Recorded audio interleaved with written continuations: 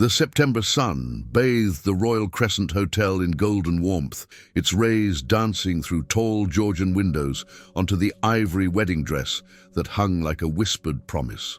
Emma Whitmore stood before the ornate mirror, her trembling fingers tracing the delicate lace her mother had lovingly sewn through countless evenings. Today should have been pure joy. Instead, her heart carried an inexplicable weight. "My beautiful girl," Susan whispered from the doorway, her eyes glistening with unshed tears. "You look exactly like I dreamed you would on your wedding day." The teacup in her hands had long grown cold, forgotten in the emotion of watching her only daughter prepare to marry into one of Bath's most prominent families. Emma managed a smile, though her stomach churned with nervous anticipation. "The Hartleys have arranged everything so perfectly, Mum. The string quartet, the flowers from Holland, even the bishop himself will officiate." Her voice caught slightly, remembering how James's mother, Margaret, had personally secured the bishop's presence just 3 weeks before her sudden passing. "Margaret would have been so proud today," Susan said softly, setting down her cup to adjust a strand of Emma's honey-colored hair. "She loved you as her own daughter. I'll never forget her face when she gave you those gloves." Emma's gaze drifted to the antique gloves on the vanity, exquisite Irish lace that had graced 3 generations of Hartley brides. Margaret had pressed them into Emma's hands at their final meeting, her usually composed features soft with maternal affection. "Every Hartley bride has worn these," she'd said, her voice thick with emotion. "Now they belong to you, my dear. You're already family in every way that matters." The memory brought fresh tears that Emma quickly blinked away, careful not to disturb the makeup artist's masterwork. She reached for the precious gloves, feeling their unexpected weight, the intricate beadwork catching the morning light like scattered diamonds. As she lifted the left glove, something crinkled within the silk lining, a sound so faint it might have been imagination. "How strange," Emma murmured, her heart beginning to race as she carefully examined the glove. There, barely visible through a small opening in the hem, was the corner of folded paper. "What is it, darling?" Susan asked, moving closer as Emma gently worked the paper free. Her fingers trembled as she unfolded the note, recognizing immediately Margaret's elegant handwriting, the same graceful script that had adorned countless charity invitations. "My dearest Emma," the note began, "if you are reading this, then I am gone, and you are about to marry my son. There is something you must know, something I should have found the courage to tell you months ago. James is not the man you believe him to be. The accident that took dear Rebecca's life 2 years ago, it wasn't what our family told the world. I have proof hidden in my study, in the false bottom of my jewelry box. James was driving that night, not Rebecca. He had been drinking and we, God forgive me, we covered it up. The police report, the witnesses, all silenced with Hartley money and influence." Emma's legs gave way, and she sank onto the velvet chaise, the note trembling in her hands like a living thing. Rebecca had been James's beloved cousin, a brilliant medical student whose tragic death had devastated the entire family. James had been inconsolable, had even delivered a heartbreaking eulogy about the cruel randomness of fate. "I write this because I see how you look at him with such pure love and trust. You deserve the truth, but I am a coward, Emma. I cannot destroy my son while I live, but neither can I let you walk blindly into a marriage built on such a terrible lie. What you do with this knowledge is your choice alone. Know that I loved you, and that is precisely why I couldn't let you marry him without knowing. Please forgive me, Margaret." The room seemed to spin around her. Through the window, Emma could see the first of the wedding cars arriving at St. Swithin's Church below. In less than an hour, 200 guests would fill those ancient pews. James would be standing at the altar in his morning coat, that crooked smile she'd fallen in love with lighting up his face when he saw her walking down the aisle. "Emma! Emma, you've gone pale as snow!" Susan's voice seemed to come from very far away. "What does it say?" Emma looked up at her mother, this remarkable woman who had sacrificed everything after Dad's death, who had saved for years to contribute to this wedding. She thought of James, of the way he'd held her after Margaret's funeral, promising that nothing would ever come between them. She thought of Rebecca's parents, still visiting her grave each Sunday. Her choice would ripple through all their lives, and she had mere minutes to decide everything. The antique clock on the mantelpiece marked each second with merciless precision, its rhythm matching Emma's thundering heartbeat. The note felt like fire in her palm, Margaret's confession burning through her carefully constructed world. Susan had stepped outside, sensing her daughter needed space to process whatever earthquake had just shattered her composure. Through the window, Emma watched James's silver Mercedes pull up to the church. Her breath caught as he emerged with Thomas, his best man, both laughing at something on Thomas's phone. James straightened his morning coat with that familiar gesture, ran his fingers through his dark hair, a nervous habit she'd found endearing countless times, then disappeared into the church, the same sacred space where Rebecca's funeral had been held, the same altar where James had stood weeping, condemning the unknown drunk driver who had stolen his cousin's brilliant future. Her phone buzzed with a message from James. "Can't wait to call you my wife. You've made me believe in happiness again, Em. Forever starts today." The words that once made her heart soar now twisted like thorns. She thought back to every conversation about that terrible night, how he'd been home reviewing cases, how the midnight call had shattered his world, how he'd raced to the hospital only to find it was too late. The crushing guilt he carried for not being there, for not driving Rebecca home from the party himself. Every word, every tear, every moment of anguish, all of it built on a foundation of lies. A gentle knock interrupted her spiraling thoughts. "Miss Whitmore?" It was Harrison, the Hartley family driver for 3 decades, a man who'd witnessed every family triumph and tragedy. "The car is ready whenever you are, miss." "Harrison!" Emma called out, her voice barely steady. "Could you come in for a moment?" The elderly man entered, his weathered face immediately creasing with concern. "Is everything all right, miss? You look troubled." Emma studied him carefully. This loyal man who'd driven Margaret to countless appointments, who surely knew more family secrets than anyone. "Harrison, the night Rebecca died, you were working, weren't you?" Something shifted in his expression, almost imperceptible, but unmistakably there. "I was, miss. A terrible, terrible night that was." "You knew, didn't you?" The words tumbled out before she could stop them. "You knew James was driving." Harrison's shoulders sagged as if a great weight had finally become unbearable. For a long moment, only the clock's ticking filled the silence. "Mrs. Hartley made certain arrangements," he said quietly. "She said the truth would destroy the family, that nothing could bring Miss Rebecca back. Master James was prepared to confess everything, but she wouldn't allow it." Emma felt the floor tilting beneath her feet. "James wanted to confess?" "It nearly destroyed him, miss, but Mrs. Hartley insisted. Rebecca was gone, another life needn't be ruined. She handled everything. The police, the witnesses, made me swear an oath of silence." His eyes glistened with unshed tears. "I've carried it every day since, watching him suffer, knowing the weight he bears. But he lied to me, Harrison. Every single day, he lied." "Did he lie, miss? Or did he simply never correct what you assumed?" Harrison stepped closer, his voice gentle but firm. "I've watched Master James these 2 years. The boy I knew died that night alongside Miss Rebecca. You brought him back to life, miss. First genuine smile I'd seen since the accident was when he spoke of you." Emma turned back to the window. Below, guests streamed steadily into the church, James's colleagues from the law firm, her fellow teachers, and there, moving slowly up the steps, Rebecca's parents in their finest clothes. "Rebecca's parents are here. They wouldn't come if they knew the truth," Harrison said quietly. "But perhaps there's more than one kind of truth, miss. The facts of what happened, certainly, but also the truth of who someone becomes after their worst moment." The white Rolls-Royce carried Emma through Bath's ancient streets like a vessel bearing precious cargo toward an uncertain shore.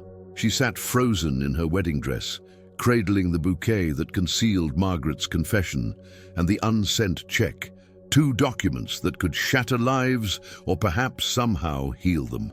The morning light transformed everything it touched into gold, as if the universe itself was holding its breath. Susan's hand found her daughter's, their fingers intertwining with desperate tenderness. "My darling, whatever shadow has fallen across your heart, we can still turn back. No wedding is worth sacrificing your peace." Emma turned to her mother, seeing in those caring eyes the same strength that had carried them through her father's death. "Mum, what if the choice isn't between peace and turmoil, but between comfortable lies and painful truth? Can love truly flourish in darkness?" Her phone trembled with another message. Sarah wrote, "James just asked Thomas for the 10th time if you're coming. He looks like a man standing at the edge of eternity, waiting for his salvation." "Emma, I've never seen such pure love in someone's eyes." Salvation. The word pierced Emma's heart. She remembered their third date, walking through Bath Abbey's graveyard at dusk. James had stopped at a weathered headstone, his voice barely audible. "Sometimes I feel like I'm drowning in guilt I can't even name." She'd held him then, thinking he meant Rebecca's death had left him survivor's guilt. Now she understood. He was drowning in truth. He couldn't speak. "Miss Emma," Harrison's gentle voice carried through the intercom, weighted with decades of keeping secrets. "We're nearly there." Through the window, the church materialized like a vision. Photographers clustered eagerly, ready to capture society's golden couple. Her teaching colleagues stood together, faces bright with joy for the girl they'd watched bloom from grieving daughter to radiant bride. James's law partners adjusted their mourning coats, successful men who believed they were witnessing their protégé's greatest triumph. And there, Emma's breath caught, stood Rebecca's parents. Mrs. Chen wore the jade bracelet she'd promised to pass to Rebecca on her wedding day. Instead, she'd buried her daughter wearing it. Yet here she stood, choosing to celebrate rather than mourn, believing in life's continuance even after devastating loss. The car stopped. Through the open church doors, Emma glimpsed James at the altar. Even from this distance, she could see how he held himself, shoulders squared in false confidence, hands clasped to hide their trembling.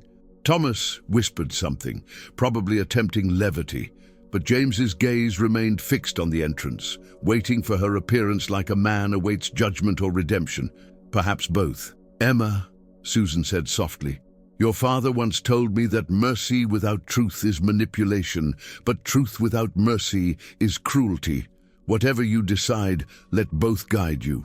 The door opened. September air rushed in, carrying rose perfume and the weight of centuries. The church bells began their joyous proclamation, their bronze voices carrying across Bath's rooftops, announcing love's triumph, or perhaps its trial. Sarah rushed forward, radiant in blue silk. "Finally! Oh, Emma, you're luminous!" She adjusted the train with practiced care. James nearly wore through his shoes pacing. The poor man is absolutely trembling with emotion. Emma stood at the threshold, bouquet clutched against her heart, feeling the hidden papers pulse like a second heartbeat. The aisle stretched before her, that ancient path where countless brides had walked toward their futures. But how many had carried such terrible knowledge? How many had stood between justice and mercy, truth and love? She thought of Rebecca, brilliant, ambitious Rebecca who'd wanted to become a pediatric surgeon, who'd volunteered at the children's hospital every weekend, who'd died at 23 with so much life unlived. Did she deserve truth? Did her parents deserve to know their daughter wasn't responsible for her own death? But then Emma looked at James, saw how the morning light caught his face, illuminating not just his features but something deeper, the profound weariness of carrying unbearable truth alone. She saw the man who'd spent 2 years trying to atone through every kindness, every pro bono case, every moment of gentleness with her, as if love could somehow balance the cosmic scales. The organ's first notes rose like a prayer. 200 faces turned expectantly. Uncle Robert offered his arm with paternal tenderness. "Ready, love?"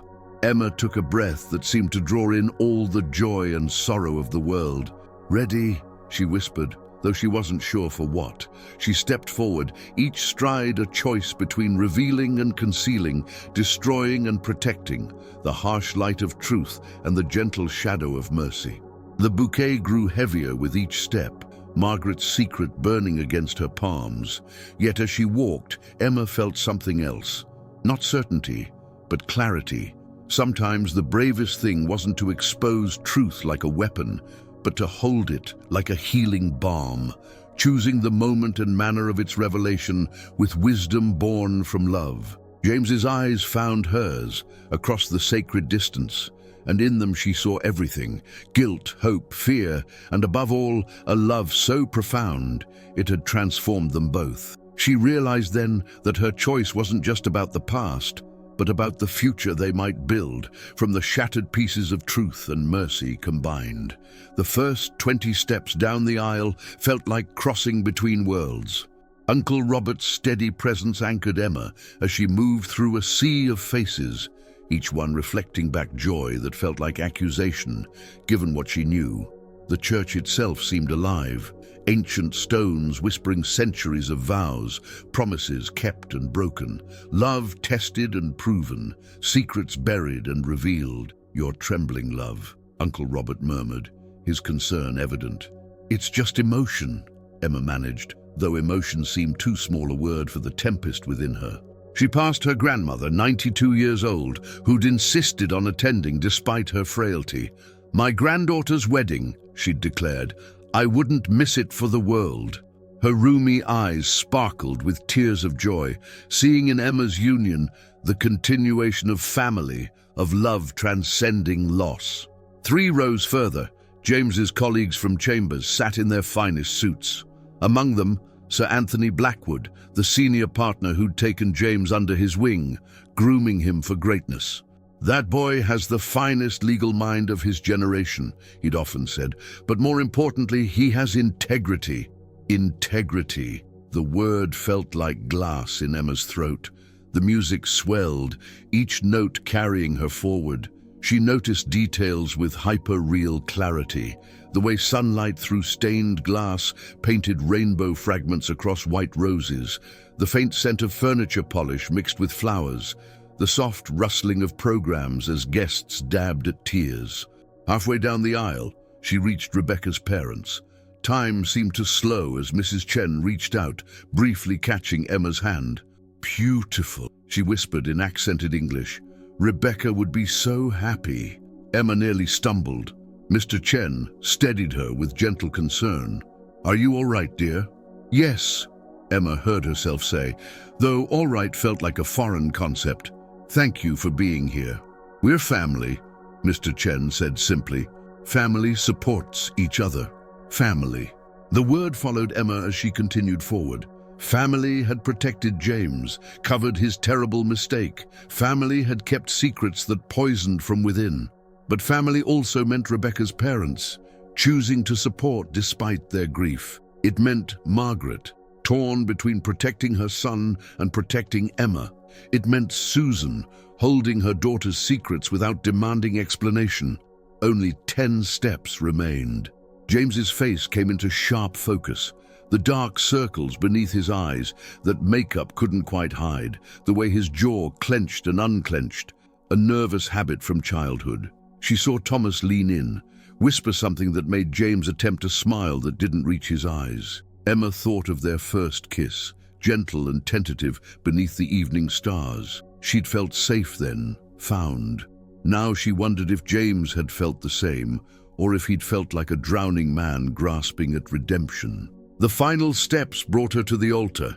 James reached for her hands, and she let him take them, feeling through her gloves the familiar calluses from his rowing days at Oxford. His hands shook slightly, and she squeezed gently. Comfort offered even as she carried the power to destroy him. "You came," he whispered, voice rough with emotion. "Did you doubt I would?" "I doubt everything I deserve," he replied, words meant to be light, but landing with terrible weight. The bishop began, his sonorous voice filling the sacred space. "Dearly beloved, we gather today to witness the union of 2 souls, 2 hearts, 2 lives becoming one in the sight of God and this congregation. Emma heard the words through a strange filter, as if she stood outside herself, watching the scene unfold. She was aware of every breath, every heartbeat, every tiny movement, James's thumb stroking her palm, the bishop's ceremonial robes rustling, Sarah adjusting her train, the quiet weeping of someone in the back rows. Marriage, the bishop continued, is a sacred covenant built upon truth, trust, and unconditional love. It requires courage to be vulnerable, wisdom to forgive, and strength to choose each other again and again, especially when that choice is difficult.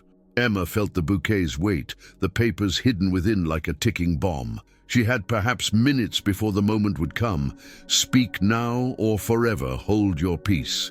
The words that could change everything or seal it all beneath silence forever. The bishop's voice resonated through the sacred space as he reached the pivotal moment. If anyone present knows of any lawful impediment, why these two should not be joined in matrimony, speak now or forever, hold your peace. The silence that followed felt infinite. Emma's heart thundered so loudly she was certain everyone could hear it. She felt James's hand tighten around hers, saw the muscle in his jaw twitch. This was it, the crossroads between truth and silence, justice and mercy. A sob escaped from somewhere in the congregation. Mrs. Chen was crying quietly, her husband's arm around her shoulders. The sight broke something open in Emma's chest. These parents, who had lost everything, sitting here to support the family of the man who had taken their daughter's life. Emma opened her mouth, and the entire church seemed to lean forward. James's eyes widened with sudden fear, as if he could sense the precipice they stood upon. But instead of speaking to the congregation, Emma turned to face him directly. "James," she said, her voice clear and strong, "before we continue, I need to say something." The bishop paused, uncertain. Sarah stepped forward in concern. The congregation rustled with anticipation. Emma reached into her bouquet and pulled out Margaret's note. James went pale as parchment, recognition dawning in his eyes. "Your mother left this for me. She wanted me to know the truth about Rebecca's accident." Gasps rippled through the church. Thomas grabbed James's arm as he swayed. Rebecca's parents rose from their seats, confusion and dawning pain on their faces. "I know you were driving that night," Emma continued, her voice somehow steady despite the tears streaming down her face. "I know about the cover-up, the lies, everything." James's legs gave way. He sank to his knees before the altar, his body shaking with sobs that seemed to come from the depths of his soul. "Emma, I wanted to tell you every single day. It's been eating me alive." The church erupted in shocked whispers. The bishop stood frozen, but Emma wasn't finished. She knelt down beside James, taking his face in her hands, making him look at her. "I also know that you wanted to confess, that your mother stopped you, that you've been drowning in guilt ever since." Her voice broke with compassion. "James, I can't marry you with this secret between us. But more importantly, Rebecca's parents deserve the truth." She stood, turning to face Mr. and Mrs. Chen, who stood clutching each other in the middle of the aisle. "I'm so sorry. You deserve to know what really happened to your daughter." The silence that followed was deafening. Then, with dignity that took Emma's breath away, Mr. Chen walked slowly toward the altar. Everyone seemed to hold their breath as he approached James, who remained on his knees, unable to meet his eyes. "Stand up, young man," Mr. Chen said quietly. James struggled to his feet, finally meeting the older man's gaze. "I'm so sorry. I'm so sorry. I killed her. I killed Rebecca, and I let you believe—" Mr. Chen raised his hand, stopping the flow of words. "We suspected," he said simply. "Rebecca called us that night, worried about you drinking. She said she was going to take your keys. We always wondered why she would have been driving your car."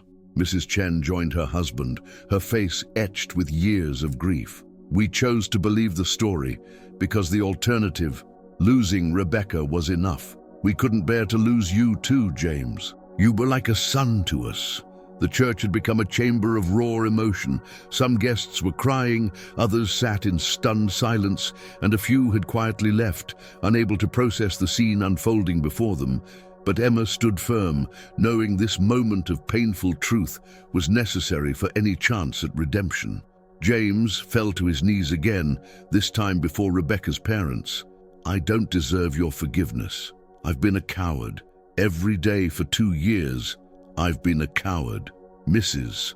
Chen knelt beside him, and in a gesture that made the entire congregation gasp, she pulled him into an embrace. "Carrying this alone, it must have been its own prison," she whispered.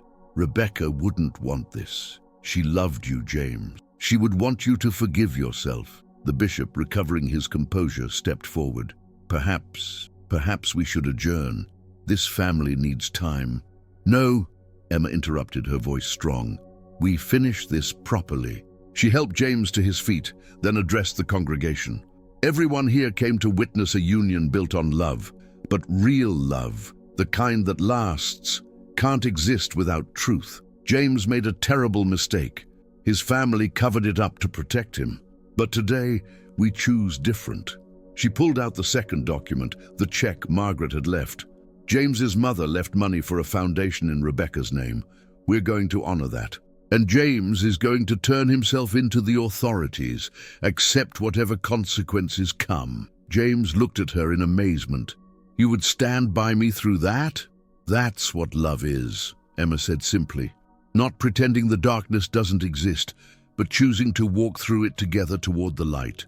Sarah stepped forward, tears streaming down her face. "Emma, are you saying—" "I'm saying the wedding is postponed," Emma announced. "James needs to make things right with the law.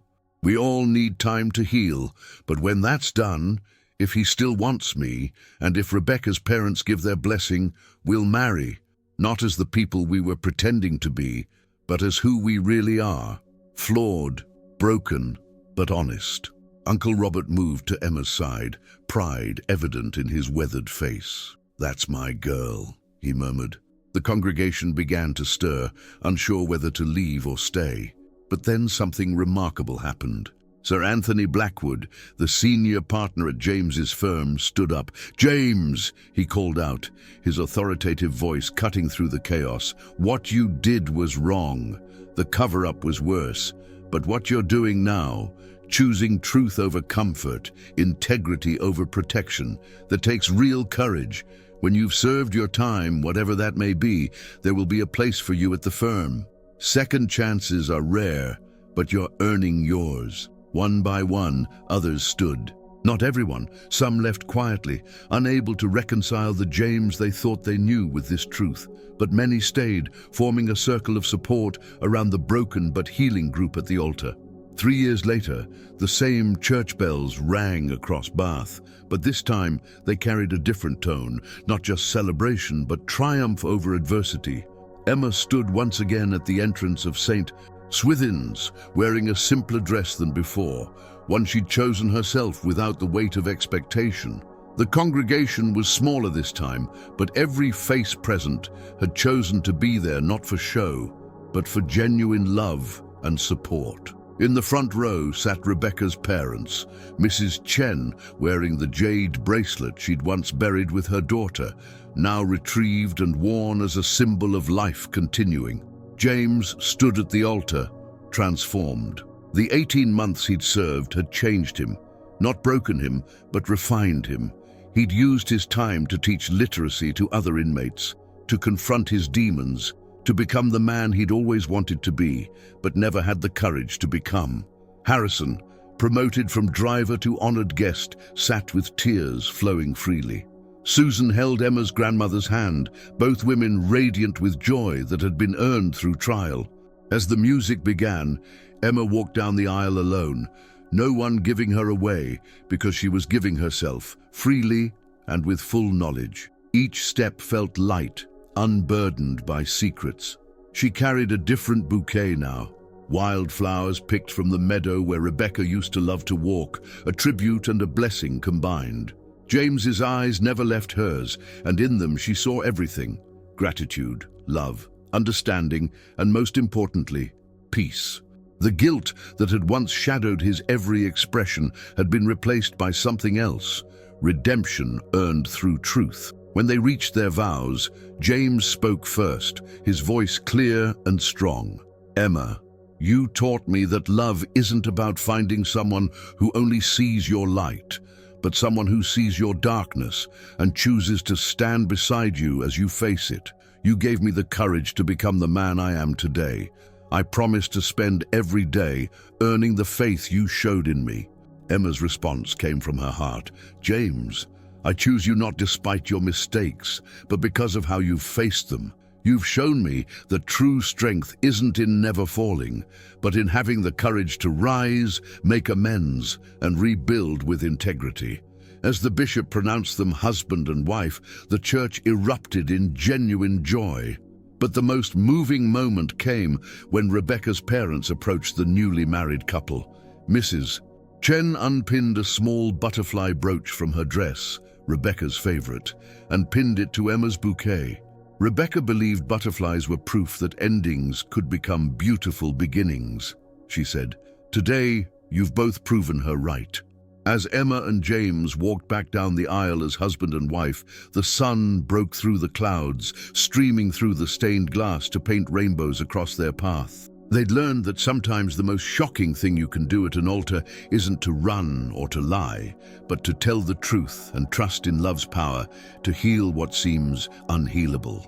The reception was held in the church garden, simple but perfect. James gave a speech acknowledging everyone who'd stood by them, especially Rebecca's parents, who had shown them what forgiveness truly meant. Emma spoke about second chances and the courage it takes to rebuild on a foundation of truth. As the sun set over Bath, painting the limestone buildings gold, Emma and James stood together, no longer the golden couple everyone had expected them to be, but something better, real, tested, and true.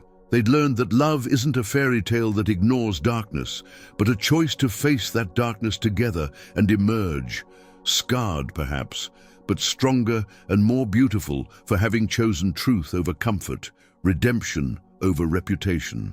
Their story would be whispered about in Bath for years, not as scandal, but as proof that sometimes the most shocking thing you can do is choose honesty, and that love built on truth can survive anything.